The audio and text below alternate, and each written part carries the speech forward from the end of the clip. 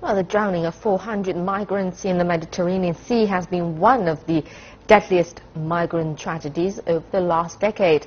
The UNHCR estimates that more than 3,000 migrants died in the Mediterranean last year, and that figure itself is up from 600 in 2013.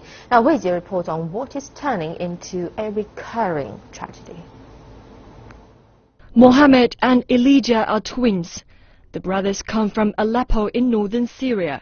They're among the rising number of people making the perilous crossing to Italy, fleeing conflict in Africa and the Middle East. The smugglers took a lot of money from us and locked us in a small room for quite some time.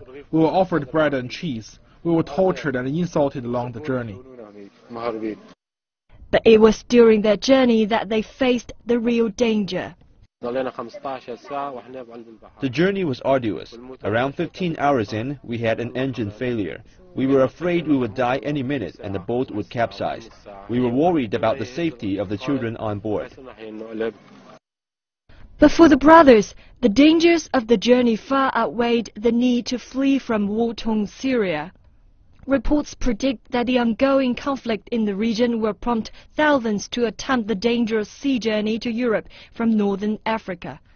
We would have died in the Middle East, but we've decided to gamble our life this time to start a new life here. The war in Syria is pushing the numbers of migrants heading to Europe to record highs.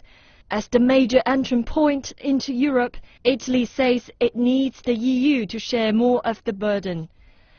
But questions remain as to what the EU can actually do on the ground to stem the tide of migrants arriving by sea. Wei Jie, CCTV.